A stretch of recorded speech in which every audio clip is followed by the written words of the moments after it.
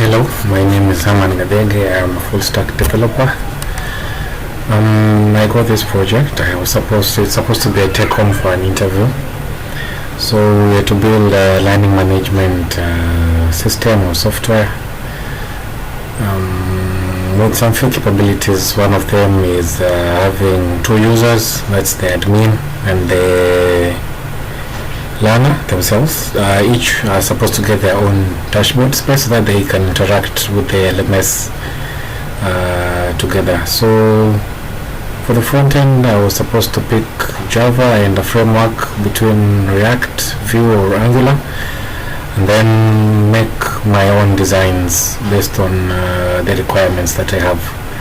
For the backend, I was supposed to choose Python and either Flask, FastAPI or Django, or Node, Express or Nest.js. I went with Python. Then for the APIs, I went with RESTful. Then authentication as stipulated. And then for my database, I have this information stored in Postgres. I will show you that as we continue. And then I have this information stored on MongoDB. So taking this challenge, one thing I came to learn that you can set up your DB this way. So from tackling this project, I have gotten this new insight. Then for the tools, we have the common culprits, Git, and then gotten to work with Docker a bit more in depth, and then increased my knowledge on microservice setups.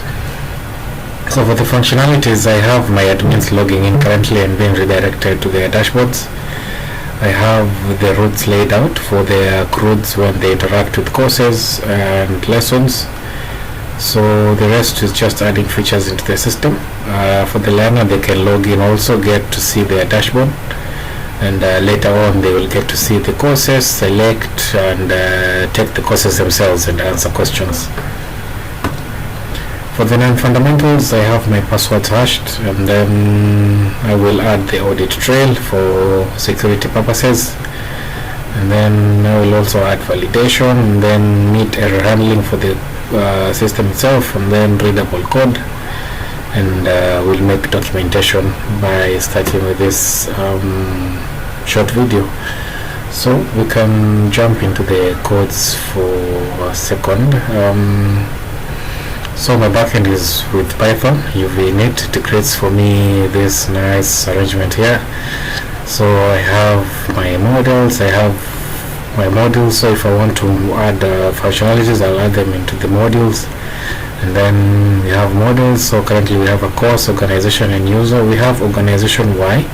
Because I envision LMS being multi-tenant in a way that many people might be offering courses. So we have, for let's say Kenyan universities, we have the TUM, the TUKS, we have the Kenyatta universities, each opening an organization within the LMS, and then hosting their lessons, quizzes, and users can come, look up schools, join them, and they will get all the information that is tied up to that organization. That was my ideology, and that's set up correctly in the system. We have a Mongo service. This is where when the admin is creating a course, we was seeing there the title, and the beginning of the creation was supposed to be saved in Postgres, and then the rest will be saved in MongoDB. So you can see there is that part, and the functionality is under adding the course content.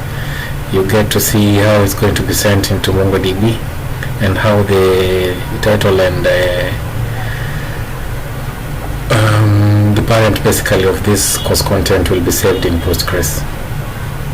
So here we also see how we get the course, because we are going to be getting the title from Postgres and the content from MongoDB. It's going to be connected by this function, and all these are helped by the Mongo service.py. This is where the MongoDB is connected, so that when you are saving the course content, it goes to MongoDB, and when we are saving the parent information, it goes to Postgres DB.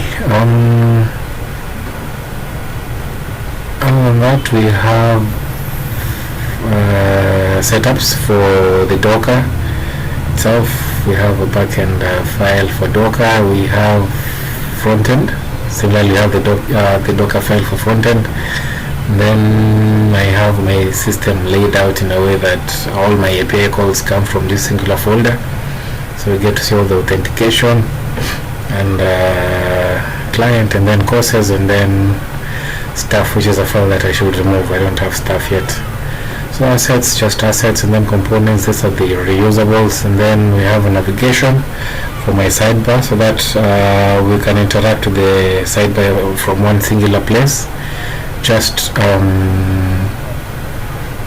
reusing it while we are connecting the role-based authentication for users.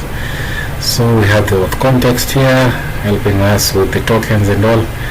Then we have the features themselves. So we have the dashboard setup. We're going to have the course setup there, so that learners can see the courses and admins can create the courses. This is just the home page. This is another reusable. And then all the routes are laid out neatly in app routes, and then we have the protected routes, so that we can have role-based access.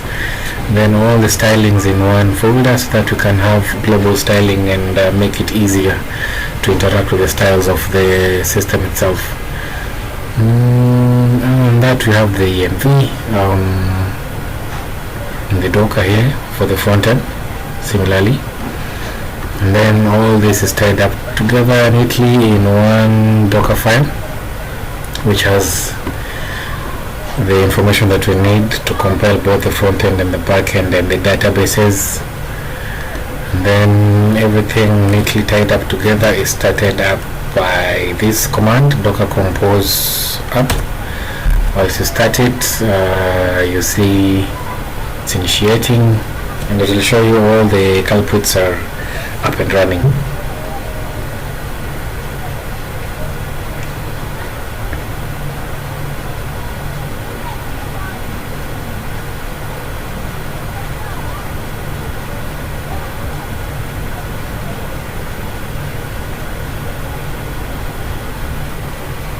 So we see the front end has woken up.